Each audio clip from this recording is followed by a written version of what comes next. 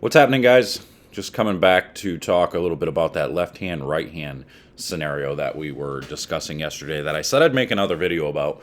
And well, here it is. We're going to talk about the drama that is left-handed versus right-handed. And I don't think this is going to go as well as you think.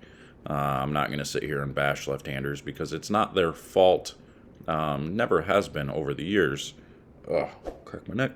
Never has been over the years been their fault. Actually, what we're dealing with is lane surfaces and topography. It's not necessarily patterns. It's none of that. Although back in the day, I mean, there's been quite a bit of discussion about asymmetric patterns versus symmetrical patterns where they're the same on the left as they are the right. Which honestly, I'm a believer that I don't I don't think there's a right way to do it. I don't think there's a fair way to do it because if you make them symmetrical, um, most times, if you make them symmetrical and they're not exactly very difficult, the left side's going to run the right side over because they just they never see the breakdown. If you make them super duper hard, I don't. The left side then just really doesn't have a chance. Like on the U.S. Open pattern when it was a 40-foot, flat 1-to-1, left side really didn't stand much of a chance in most cases because they never got to see the lanes break down, whereas the right-handers, their scores would increase throughout the block because they finally see some breakdown and create a little bit of hold and some room to the right, those types of things that the left-handers just never see. But now I think today we're in a different era. Now we're in a day where these new urethane balls have came back and they've come back with a vengeance. Like they're strong. So especially that purple hammer. I don't believe that there is a urethane ball on the market that can truly compete with the purple hammer. I think that ball is just unique on its own. It's super special. And I honestly, it's just that cover stock. There's something about that cover stock. Although you could make an argument that it's not just the cover stock because you've got the double cross and you've got the attitude control and these other ones that have the purple hammer cover. They're just different colors with different cores, and they don't seem to be rolling as well as the purple hammer. So I guess it just really depends. Maybe that's just the right combination, that core and cover on the purple hammer. I don't know, but what I can tell you is the reason today that you're seeing the left side be so hard to beat at just about any event is because of how old the lane surfaces are getting now. These are synthetic surfaces that were installed. A lot of them are over 20 years old now. And you have to think of how much traffic there was on the right side or is on the right side compared to the left. You don't see the beat down on the lanes on the left side that you see on the right side with the majority of, well, let's call it 95%. The majority of league bowlers, 95% are right-handed. All those bowling balls going down the lane on the right side is destroying that lane surface, and it makes it softer, makes it weaker, makes it where there's a lot more friction. So you ask, well, if the lefties are using these purple hammers all day long, why don't the right-handers just do the same thing? Sometimes the right-handers do, but unfortunately the right-handers get forced to go way left with them, and the left-handers don't necessarily have to do that. So the right-handers get a pretty good look with that purple hammer early on, maybe a game or two, and then they kind of get forced out of it once the lanes break down.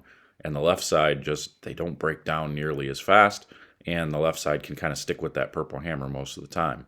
And it's not just because of the lanes breaking down either. It's because of the amount of friction there. These purple hammers, believe it or not, they aren't huge fans of a lot of friction. They actually want to see volume in the front and the middle of the lane because these cover stocks are so strong that they're going to read that front and middle part anyway. So when you get these balls to store a little bit of energy, they are that much better. People aren't going to urethane because the lanes are hooking too much. A lot of the times now, some of the best players are going to urethane because they're not hooking enough. Most people don't realize that these urethane cover stocks are actually stronger than most of the reactive. And when I say stronger, that doesn't mean overall hook potential. I'm talking they're stronger as in they're going to hook earlier and they're going to start to stand up in the front and in the middle part of the lane. Take a fresh purple hammer, just drilled, and you throw it that first shot, that thing hooks out of the building. It hooks in the front, it hooks in the middle, it keeps going, it takes off the 7-pin for a right-hander. Same thing for a left-hander. It hooks in the front, hooks in the middle, and takes off the 10-pin on the right side.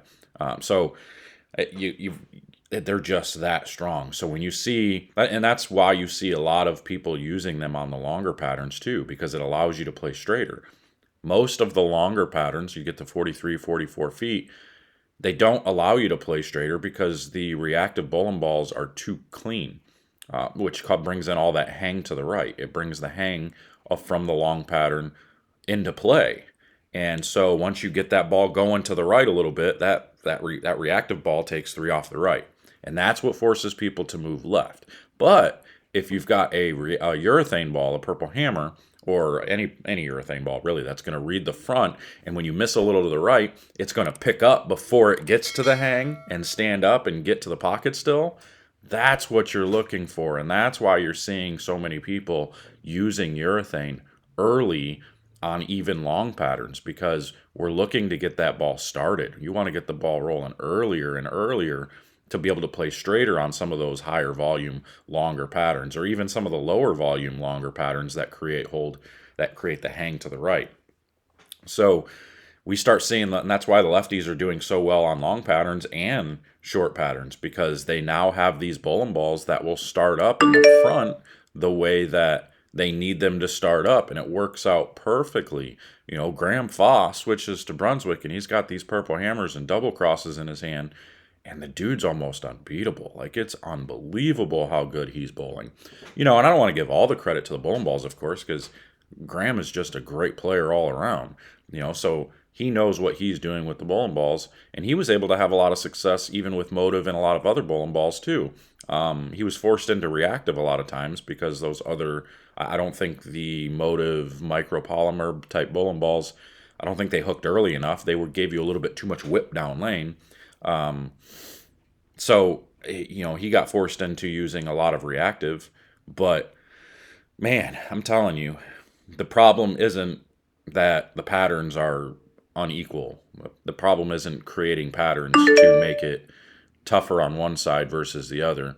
The problem is that these lane surfaces are getting too old. That's why back in the day, the lefties had a big advantage on wood surfaces because of that exact same thing. The surface on the left was less beat up than the surface on the right, and that's always going to be the problem. So if a lot of these centers were replacing their lanes every 10 years or 15 years or whatever they're called for, we wouldn't be having these issues so much. But again,